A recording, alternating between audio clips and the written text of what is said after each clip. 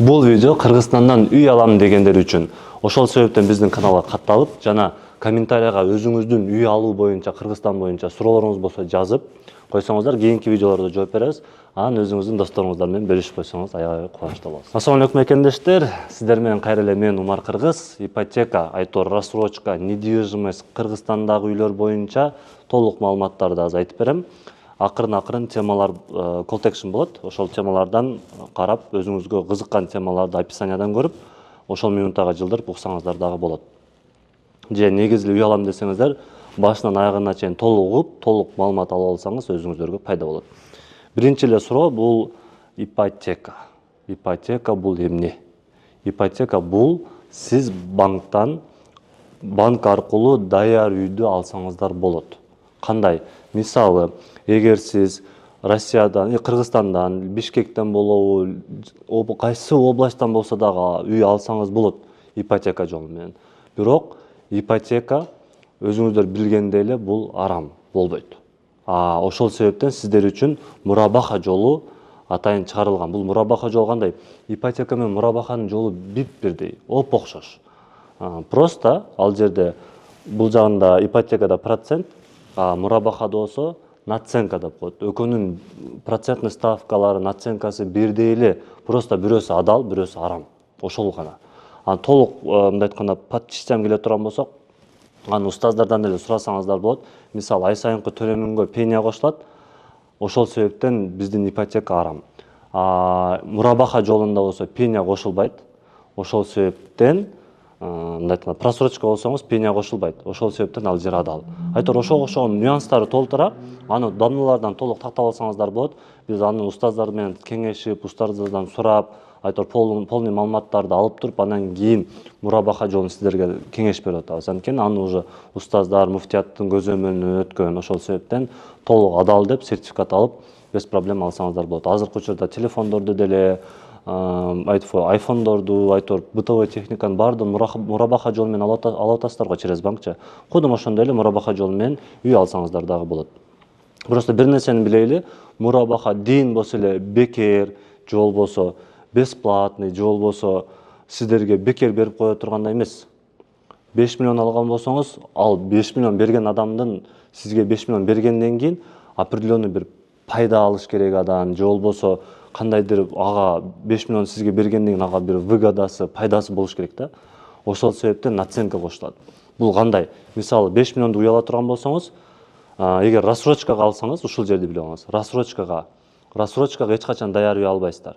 Бирок сиздер курулуп аткан үй аласыз. Ал үйгө эч кандай наценка, үстүнө акча кошулбайт. Доходтун деле кереги жок. Просто сиздер паспорт менен эле рассрочкага курулуп жаткан үйлөрдү ала аласыздар. Бул үйлөр 27, 28, 29, балким 30-жыл бүтөттүр, бирок бүтөт ал үйлөр. Рассрочкага алганда первоначальный взнос менен берип алгандар бар, без первоначальный взнос берип алсаңыз да болот. Бирок ал жерде просто ай сайын төлөмдү төлөйсүз. Каласаңыз 3 айда бир, каласаңыз 2 айда бир, каласаңыз ай сайын, каласаңыз жылына бир жолу, каласаңыз 6 айда бир жолу, айтор ар бир застройщик менен өзүңүз индивидуально сүйлөшүп алсаңыздар болот. Ал үйлөр бирок 27, 28, мындай бир сөз менен айтканда бүт эле үйлөрдү сиздер рассрочкага аласыздар. Даяр сразу кирип жашай турган үйдү сиздер ипотекага, мындай айтканда мурабаха жолу менен алсаңыздар болот. Ал жерде үйдүн баасына акча кошулат. Аны банк кошот, биз кошпойбуз. Биздин кызматыбыз сиздерге үйдү издеп табып берүү, банктан одобрение алганын жардам берүү, рынок боюнча маалымат берүү, досрочный погашение боюнча маалымат берүү. Айтор биз сиздерге кызмат көрсөтөбүз. Мындай айтканда сиз өзүңүздүн жумушуңузду кыла бересиз. Базарда болсо базардагы ишиңизди, заграница болсо заграница ишиңизди, айтор өзүңүздүн жумушуңузду кыла бересиз. Бул жактагы үйдү издеп, банктарга чуркап, айтор баардык жумушуңузду биз бүтүрүп беребиз. Ага лишний юристин жалдап, тааныш туугандардан сурап, каерде кандай, бул кандай деп отурбайсыз. Болгону бизге эле кайрыласыздар. Биз ошол маселеңизди чечип беребиз. Эми болсо сиздер менен ар бир тема боюнча толук маалымат берип кетейин. Ипотека менен мурабаха жана эле айткандай бирдей эле, просто ипотека арам, мурабаха адал жолу. Болду, ошол гана. Эми мурабаха жолу менен үй алганда кандай документтер керек? Биринчи очередь сиз Кыргызстандын жараны болушуңуз керек. Андан кийин кредитная история деп коет. Ошонуңуз таза болуш керек. Кредитная историяны сиз М банк аркылуу эле любой банкка барып туруп деле текшерип алсаңыздар болот. Үчүнчүсү бул доход. Доход дегенде сиз акчаны кандай табасыз? Айлыкпы, бизнеспи, же кайсыл жерде иштейсиз, айтор ошол боюнча маалымат. Ошол официалдуу же официалдуу эмеспи? Ал боюнча бизге кайрылсаңыз, биздин специалисттер сизге кенен дагы маалымат берет. Кийинкиси бул биринчи төлөм. Биринчи төлөм ал кандай болуш керек, канча сумма болуш керек деп аябай көп суроо берилет. Ошого жооп сиздерге мындай маани берип угуп алыңыздар суранычы. Биринчи төлөм сиз алып жаткан үйдүн баасына жараша болот. Мисалы, эгер сиз 5 миллион куюп аткан болсоңуз, 30% биринчи төлөм дегени бул 1,5 миллион сом. 1,5 миллион сом акчаңыз болушу керек. Эгер үйдүн баасы 10 миллион болсо, анда 30% 3 миллион болот. Эгер үйдүн баасы 3 миллион болсо, 30% бул 900 миң болот. 900 миңди бересиз, мисалы 3 миллион эсептейли, 3 миллиондун 900 миңин бересиз, калган 2 миллион 100-ді 8 жылга бөлүп берет, ай сайын определенный сумма төлөйсүз. Аны мен сиздерге азыр кийинки видеолордо полный этапына канчадан төлөйсүз, досрочное погашенияны бир 5-10 минуттадан кийин дагы айтып берем. Эми андан кийин эле мисалы бул доходторубуз жетпейт, официалдуу иштесек дагы зарплатабыз аз дегендер үчүн дагы ал боюнча бизге кайрылсаңыз, биз сиздерге толугураак маалымат берип, кандай жолу менен кылса болот, кандай кылса жеңил болот, кайсыл банктын проценти канча, кайсыл банкка наценка канча кошулат, кандай кылып досрочное погашение кылыш керек, айтор ошол боюнча баардык маалыматты бизден номерлерге кайрылып, айтор онлайн деле, офлайн деле маалымат алсаңыздар болот. Биринчи төлөм жок алса болобу деген суроо. Ооба, алса болот. Даяр үй алсаңыз дагы болот, курулуп жаткан үйдү дагы алсаңыздар болот. Просто курулуп жаткан үйлөрдү бир аз күтөсүз. Ошондой, даяр үйлөрдү болсо, даяр үйлөрдү алыш үчүн биринчи төлөмү жок алыш үчүн сиздерге залог керек. Анан просто ушундай суроо келди да. Биз үйүбүз жок болсо, кайсы үйдү залогко коебуз? Мындай логично эмес го дейт, мындай да. Ооба, туура, сиз балким сиздин логикаңызга туура келбейттир. Бирок банктын логикасына туура келет. Ал кандай? Мисалы, сиз алган үй сөзсүз залогко коюлат. Сиз алып жаткан үй. Мисалы, үйдү орто эсеп менен 3 миллионго алып атасыз, Ошол 3 миллионго алып аткан үйдүн 900 миңи первоначальный взнос, биринчи төлөм керек. Ошол биринчи төлөмдү бергенден кийин 2 миллион 100-ді банк берип атат.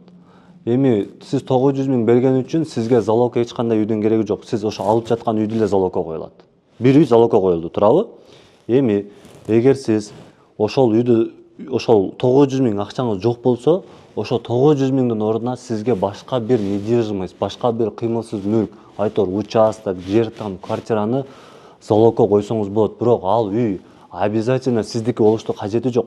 Досуңуздуку, тууганыңыздыкы, айтор балким кайненеңиздики, же болбосо бир тууганыңыздыкы, досуңуздуку, любой үйдү залогко коюшуңуз керек. Бирок ал үй дагы залогдо турбашы керек да. Ошол үйдү залогко коесуз.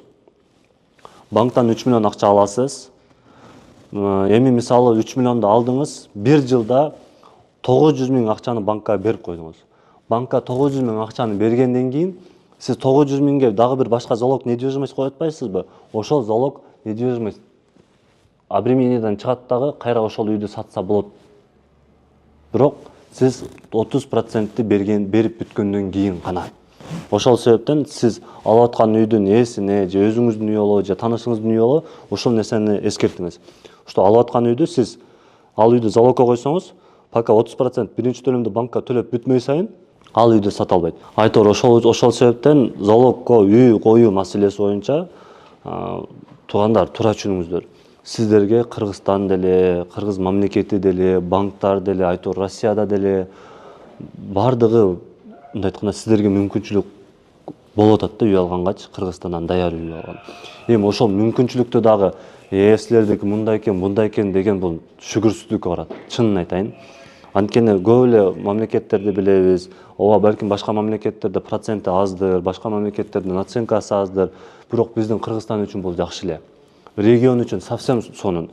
3 миллион канча? 2,5 миллион, 2 миллион 100, 2,5 миллион акча ала турган болсоңузчу, айына 50 миңден эле берип төлөп коесуз. Ошол үчүн маалыматты комментарий жазганда дагы, бирөөгө кеңеш бергенде дагы туугандар суранат сиздерден туура кеңеш берели. Эгер өзүбүз билбесек, билбейбиз деп эле айтайлы. Акылдуу болбой эле коелу слишкомчу. Анткени азыр мындай болду, кече мисалы бизде сделка болуш керек эле. 2 ай бою үй издедик. Үйдү таптык, документтерин даярдадык. Мына сделкага келиш керек болгон күнү байке жок. Чалсак албайт, жок просто. Үйдү тандап койгонбуз, банктан полный документтерди берип, уже сделкага келип, кол койсо, ошол күнү ключти алып, үйгө кирип кетсе болот эле. Анан кийин бир жумадан кийин байланышка чыктым. Не болду? Ушул бир тууганым менен сүйлөштүм эле, танышым менен сүйлөштүм эле. Ипотекага алган болбойт, мурабаха жолу менен алса болбойт. Жөн эле оценка төлөп каласың, эртең Ихсанга окшоп алдап кетет. Туугандар, Ихсанга окшоп алдап кетиш үчүнчү биз сиздерден биринчи төлөмүңүздөрдү алып коюшубуз керек да. Анан ай сайын акча бизге төлөшүңүздөр керек. Бул биз андай условия предлагать этпей атабыз сиздергечи. Биз сиздерге айтып атабыз. Сиз биздин кызмат акыбыздын 50%-ин бересиз, жумуш башталат. Калган 50%-ин сделка күнү бересиз. Сиздин биринчи төлөмүңүз, үйдүн документтери бардыгы сиздин атыңызга өтөт. Биринчи төлөмдү сиз сделка күнү банкка келип үйдүн ээсине бересиз. Банк сизге акча берет. Үй сиздин атыңызда болот.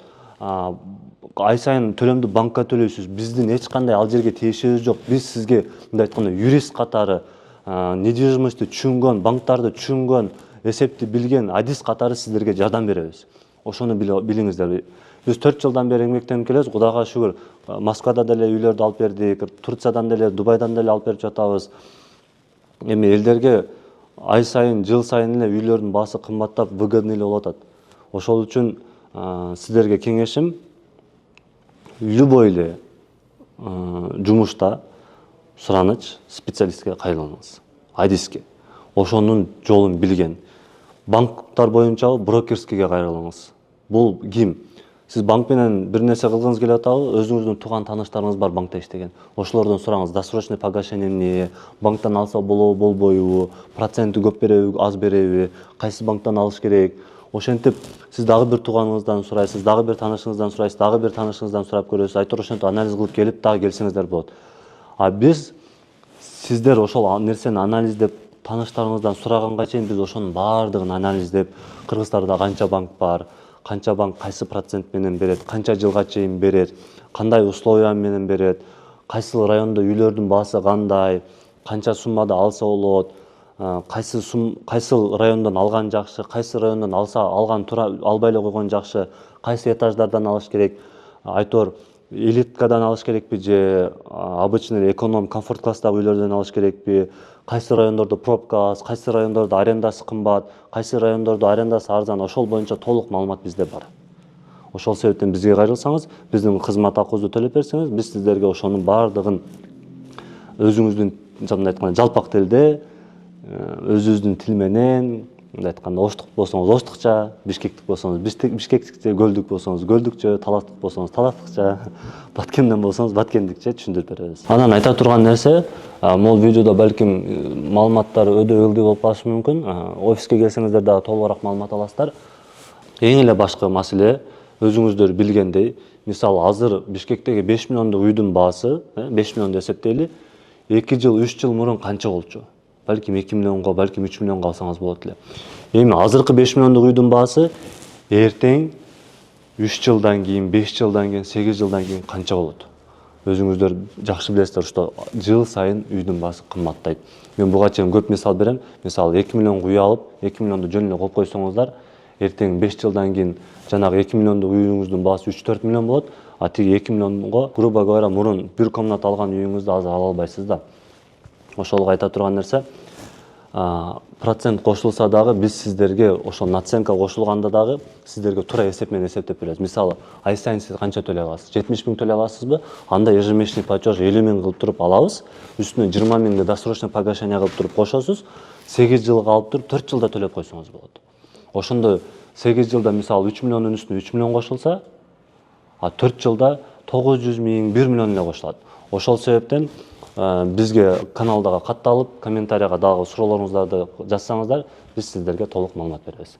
Көрүшкөнчө сак саламатта калыңыздар.